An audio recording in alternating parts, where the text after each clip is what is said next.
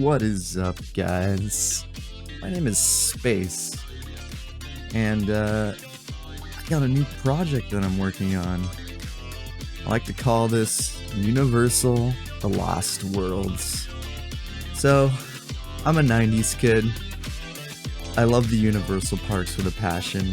I always used to love those classic rides growing up, going to the parks with my family. It was some of the best experiences of my life. I still remember like all my trips to Universal, probably some of the most fond vacations I've ever had. And I wanted to capture that magic in Planet Coaster. I've been playing Planet Coaster 2 for upwards of about 1,400 hours now. And I mainly have done like medieval builds. That's the kind of stuff I mainly make. And I don't really mess with realism type stuff that much, or I haven't really dabbled in it or tried to until now. And I think that it was the time. We have all these wonderful updates. I just want to take a second to thank Frontier. The amazing support we've been getting since the game came out now. The game's in a wonderful spot now. If you were on the edge ever about getting Planet Coaster 2, I think now's the time. As of recording this video, Update 6 comes out tomorrow with the new souvenir shops and the ride cameras that were done phenomenally well. Plus, we just got our invisible paths and all those other fun things from Update 5. And I just think Frontier really has the right direction going. I don't know how I feel about the break. They do need a well-deserved break. But the fact that they didn't really say anything about a date when they'll come back, we're just kind of left to assume it's probably late August, September, maybe even October before we really hear anything more. Now, I watch a lot of the Planet Coaster creators, a lot of the other creators. Near the end of the video, I'll kind of talk a little bit more about them and their influence on how much I still enjoy this game, and I haven't burned myself out fully because of their content and all the wonderful things this community brings. I think that the Planet Coaster community is a very welcoming place, and there's like anybody, it doesn't really matter your design philosophy or your skill necessarily in building. Everybody helps each other out and gives each other that boost they need to be able to push their builds further. And the workshop is a great example of just all the amazing creations we're starting to see out of the workshop. My contribution myself is I make dinosaurs. I make Jurassic Park dinosaurs. And at the end of the video, I'll give you a little bit of a showcase of the workshop, and I'll show you a little bit of the things I make. And there are a couple of my dinosaurs are actually featured in this build. You've seen the Velociraptor and that T-Rex head. And those are both things I created earlier on. And so, talk about the build a little bit here. We're right now working on the Universal Studios store for the park. This is the beginning of Main Street. You will notice that I did not start recording this time lapse at the very beginning of when I started the park, because I really wasn't thinking I was gonna make this into a series at first, and I just really didn't have recording on the mind. But yeah, I thought right around the time I'd start making the very first store of the park, that's when I came to that conclusion. It's like, yeah, you know, I think we're gonna make an episode out of this. So here we are. But yeah, I wanted to take the inspiration on my Universal Studios store. I wanted to make it original, but also take away inspiration from a lot of the other stores around the world. Mainly, Universal Studios Beijing is going to be a lot of influence throughout our park. And then also the classic Universal Studios Orlando. and our main street is going to be a fusion of like those Hollywood type buildings, plus having a little bit of other influences from around the world. So the theme of our park, the reason why we've called this Universal The Lost Worlds, this is going to be a jungle adventure, island adventure type park, where we will have a hub lagoon type thing. And I want to honor all the Universal movies of our past that took us to extraordinary worlds, and things that Universal is kind of put on the back burner in their own parks now in real life. They've mainly been torn down or gotten rid of over the years. Things like Earthquake, Confrontation, Twister, the classics that were forgotten. The Lost Worlds is going to honor those, but it's also going to honor things like, I want to, of course, do Jurassic Park The Lost World, or some of the old Jurassic Park movies, honoring them. I want to go through Terminator. Terminator's a big one. I was thinking about doing a full Terminator land. That might get a thing. I want to do actually a kids land that is based off of Land of the Lost. I thought that would be a good idea. And another thing that was thrown out there is possibly a land that would be E.T., and it would be E.T.'s home planet. And that would be a little bit ambitious, but it sounds really cool. And possibly we could make that an indoor land space. You may have seen Universal in the past has dabbled with making indoor parks. They've done this in Dubai. And they've done this in a couple other places, I think. I'm not quite sure. But yeah, I thought that would be a good idea. I also wanted to incorporate likely the 2005 Peter Jackson's King Kong, or maybe even go all the way back to Confrontation and try to remake Confrontation. Now, everybody loves our good old Stan Wolf. He's already creating the Amity Island and Jaws type aesthetic for his new park, so we're probably not going to work with Jaws. I watch his content fairly often, and I really love Stan's Wilderness Springs, of course. It's inspired a lot by my home park, which is Dollywood. I live in the eastern regions of Tennessee, and that is the closest theme park to me. And I really love the vibe he has captured with his builds. But I just want to say that I think that I don't want to segue too much off our topic of the park, but I want to shout out a little bit of the other creators out there. One big one is Bagul. Bagul taught me almost everything I know about moving platforms and making animatronics. His video he made for this whole situation, learning how to make the animatronic pieces, systems, it was so helpful for me, and I highly recommend anybody that might want to learn animatronics and how to make more advanced things, check out his video.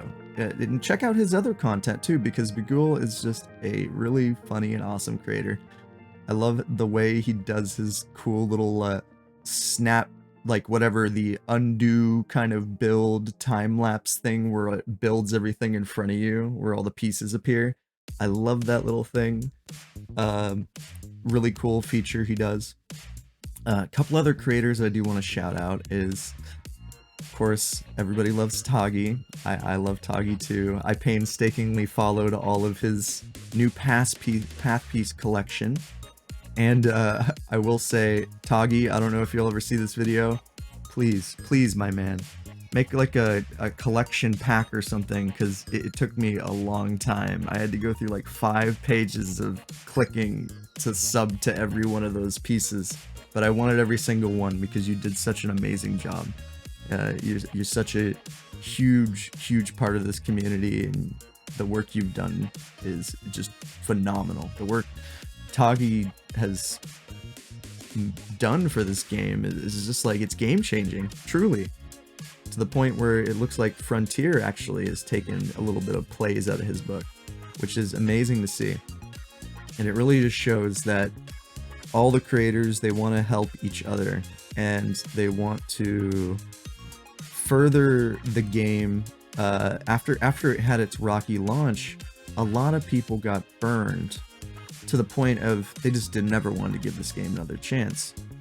But there's still a smaller community that is stayed and stuck through it, and we're here trying to, or I'd say they're here to trying to make that future on Planet Coaster just all that more fun.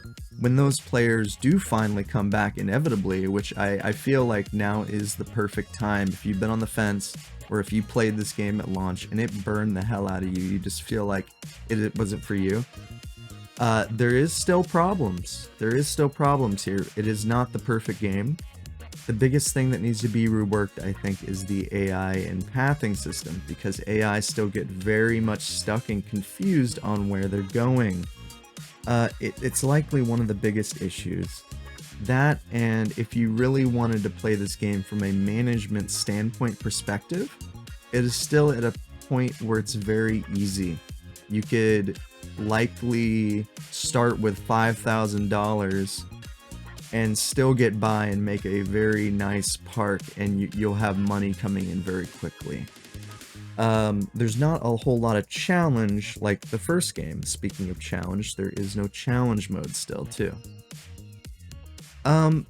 Even with all those drawbacks, if you're someone that just likes to build, a lot of people like to call Planet Coaster 2 the Lego creation kit. It's not a full-on, well, it is a full-on tycoon game like you may expect, but it doesn't come with a lot of the challenges of a full-on tycoon game, because some of those systems still need to be adjusted.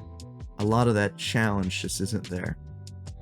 But moving a little bit forward from that, I think overall, Frontier has this game in a state and a point where it's perfect. I mean, it like building wise, functionality wise, and now that we have all the original pieces from Planet Coaster 1, I think even like pieces wise, like the fact that we can scale anything, it makes it where really I think now that we're getting Fairy Tale and Pirate tomorrow, as of this recording of this video, we're at that full loop around, and we're finally back to where I hate to say it, this is likely where Frontier wanted the game at launch. This is likely the true launch state of Planet Coaster 2 we are seeing with tomorrow's update. I hope they enjoy their well-deserved break, because they really do need it. And I have high hopes for Jurassic World Evolution 3. If you couldn't tell with my dinosaur animatronics, I love Jurassic series. Jurassic Park's my favorite film of all time. Believe it or not, it's actually The Lost World of Jurassic Park that's my favorite film of all time, not the first movie. The first movie, the T-Rex breakout scene, I won't deny, is one of the best Hollywood scenes of all time. But overall, I enjoy the pacing of The Lost World much better. It's way more interesting to me. I love the park idea, but Jurassic Park 1, I feel like it's a little bit too slow in some scenes. It just kind of drags on in some parts of the movie. But yeah, anyway, let's not get stuck on Jurassic Park. But I think that Jurassic World Evo 3, the fact that it's going to have modular building just like Planet Zoo and Planet Coaster, really makes me interested in jumping back in. I played a lot of Jurassic World Evo, the first game, and I even have a video on our channel, a really old video, one of my first ones, where I made the safari tour, the Jeep tour, from the original Jurassic Park, even with the little narration, so that might be worth checking out if you like Jurassic Park. It's a really old video, it's a little rough around the edges, but I think it turned out pretty nice. Yeah. Anyway, back to our store. I'm right now making a cutout. I wanted to make my T-Rex animatronic take the head and just put a pop out over the main globe and sign. I think the globe turned out really good. I'm sure you guys were seeing there. I was trying to actually make the continents and make them look somewhat like the continents. I made sure not to forget about Australia. It's down there in the bottom right. I made it like red. But yeah, I'm just trying to get the animations going. I have it set where the animations, every hour, it does that animation. And speaking of animations, in the patch note for the new update, they added 4 more settings to the platforms, which I loved seeing that. But, and this is a big but, Frontier, you guys need to ditch all this setting junk for these platforms. I personally believe the answer is a 0 to 100 slider, or you add percentage values with boxes that you tick for what angles or rotations you would like. And if you would want to pause something, you just simply have a feature where you can pause it at a certain keyframe and have a way to insert keyframes similar to maybe even video editing. Add that into the event sequencer. I think that is the true answer to these moving platforms, and that's going to make us able to just take our creations to the next level. Because right now, even with these new settings that we're getting from Frontier, it's still very challenging, and you're gonna have to layer up platforms if you want the right effects. If you want things to hold in place for a certain amount of time, there's a lot of finagling you have to do. You can't just straightforwardly do something. And I'm a Kerbal Space Program player, and I think taking a play out of Kerbal Space Program's book would actually be the way to go. How their menu system worked, with their sliders and their numbers you could type in with their little boxes, is the best way because they have robotic parts in their game. And if you were to do the robotic parts similar to how Kerbal does them, that would mean the world. Other than the AI getting a little bit of a rework, I think that those platforms need that adjustment. And that is my biggest wish list thing from Frontier in the future. That, and of course, a spooky DLC. Me and probably the rest of the community, it's everybody screams spooky. Everybody screams spooky. I do know about the database mine on Steam where someone did find that the spooky DLC or horror themed DLC is there's something Frontier has added into the store for Planet Coaster 2 data for that. So that tells us something, at least in the future, is coming. Likely we could get, I could see us getting possibly the original spooky pieces, but also Frontier adding new original spooky pieces that they make for this pack. And I do expect possibly they would give us the original spooky items for free, but I feel as though this will be a actual DLC pack. And there's a possibility this could come with rides too, but I think it would be a scenery DLC pack focused entirely on horror and spooky things. Now, I know a lot of people got burned by that first time Frontier released a DLC, but I think it's time. It's time for Frontier to do it. I think they could pull the trigger on a DLC and people would be fine with it. Especially if it would have some scenery items in it. That's the thing people always love. They love the DLC that has scenery in it too. Now, the only downside this creates, when you start having these DLCs with scenery items, you start locking players in the player base out of certain items to use for their builds, and that leads to, of course, the FOMO type thing, where it's just like, oh, I wish I could have that piece. Like, if I had that piece, it would be so helpful. And it's just like, it leads to this issue where there's so many DLC packs, all these scenery pieces. It's like Planet Zoo. I own all the Planet Zoo DLC. But for people that don't own all that DLC, there's probably a lot of pieces they wish they had, especially since there's no scaling in that game. But that's a good point to make, I think, when it comes to scenery DLC, and that's why I feel like scenery might be better in free updates. But we shouldn't really be expecting that too much going forward with the track record Frontier has. I've played their games for a very long time, and I know how their payment model is. I know how they like to make their game DLC. They have a system, and they are following that system so far. So far, they've done wonderful with all these free updates, and I think that they have done really enough, in my opinion, and I think that they're in a great spot where it's at. And I don't want to loop back around too much around the changes they made on the updates. But I will say having the fairy tale and the pirate pieces, that's going to be nice. Fairy tale especially for me, since I am such a big medieval guy. But going back to our build here, talk a little bit more about it. I'm just putting some columns in on the sides. We have our front decor kind of coming together. I'm horrible with interiors, guys, so I do apologize. The inside there's a little basic. But since we have that update coming, I'll be able to turn it into a true souvenir shop here tomorrow. So that'll be great. I'm really excited for that.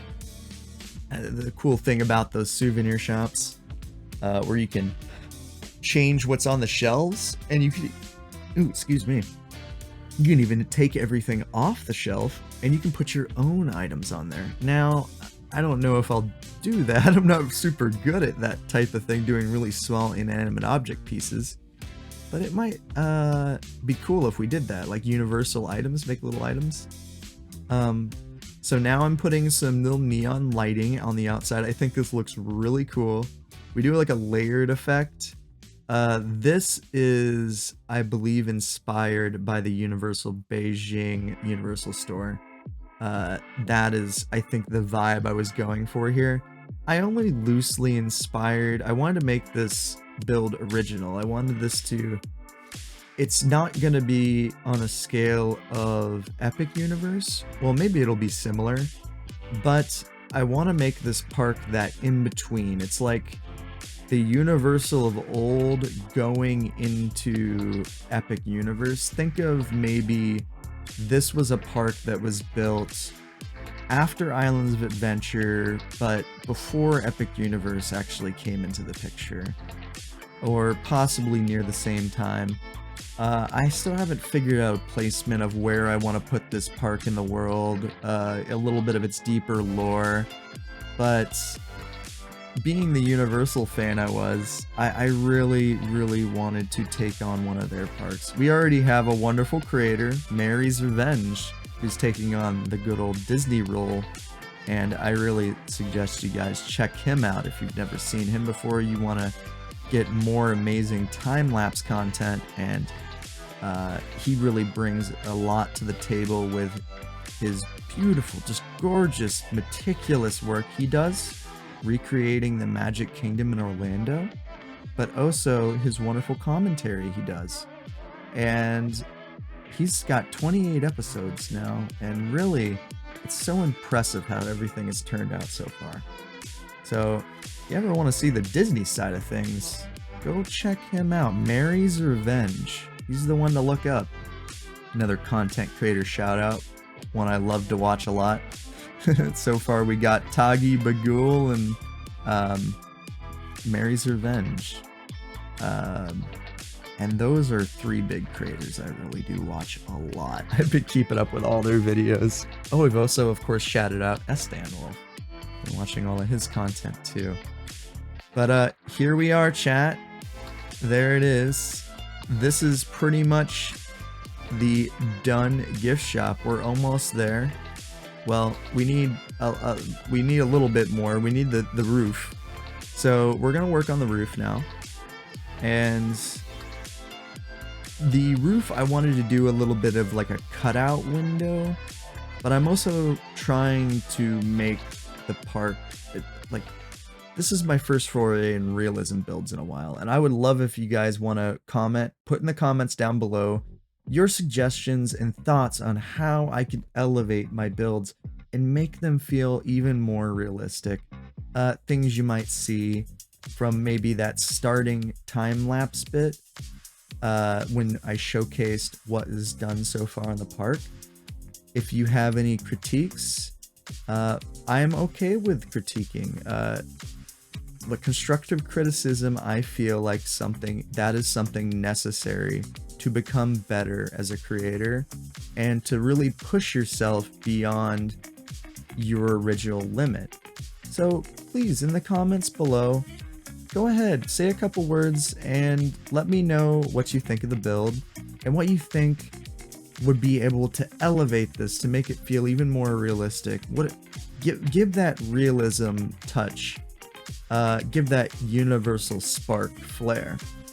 Because really I struggle mainly with interiors, but also rooftops. Rooftops are hell. So a lot of times I like doing just flat roof designs. I don't know. The Sims games through the years growing up, all the Planet games, Roller Coaster Tycoon games, I always struggle with roofs. I just can't do roofs. I'm not a roof guy. I figured this out, and I think this roof turned out pretty nice. Nice little flat roof, and see, I put some little cutout windows there. Look at that. Everything looks so nice here.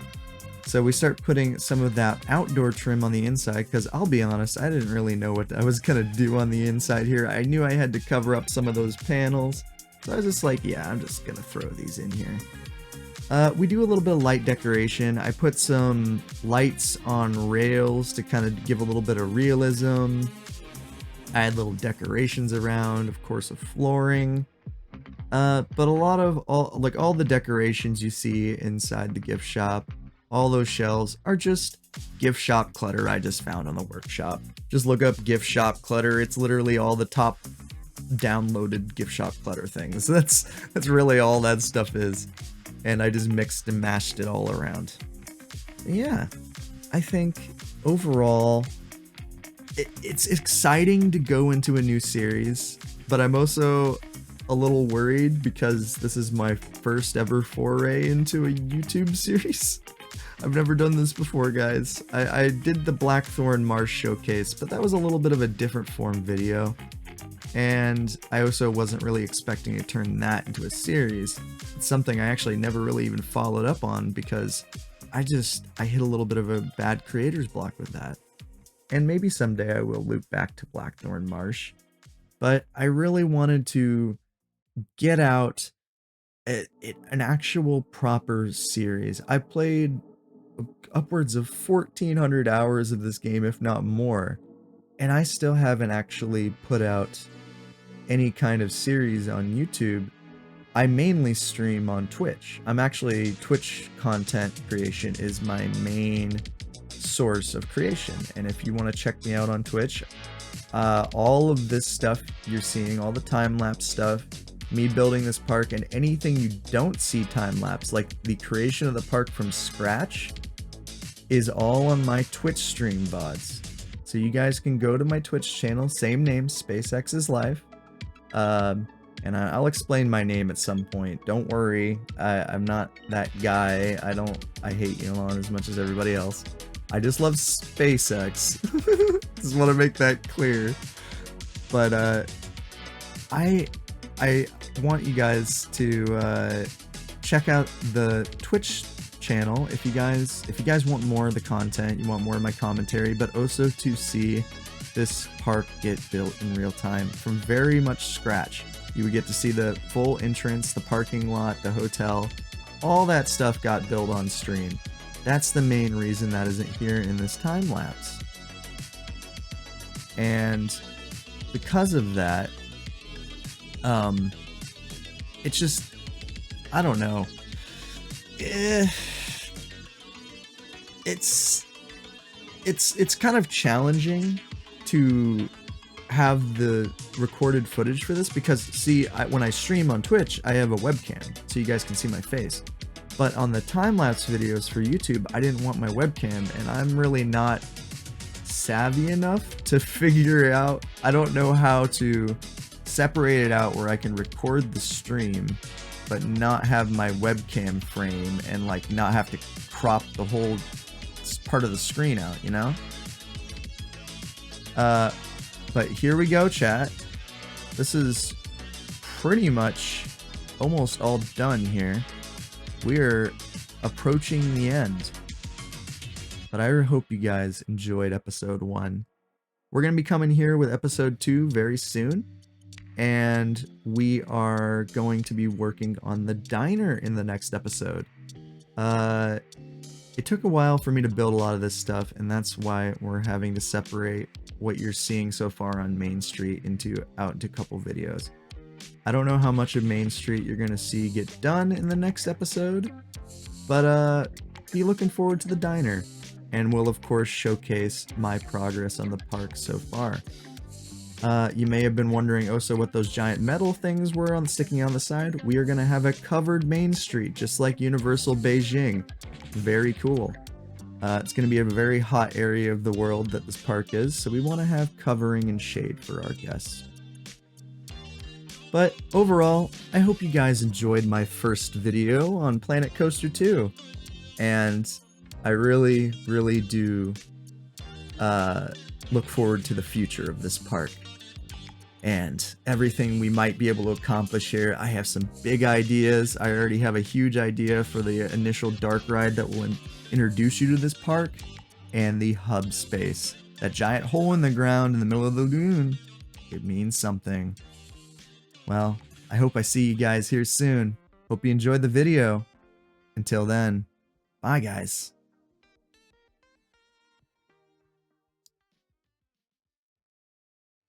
Well, everyone, that's going to wrap it up for the first episode.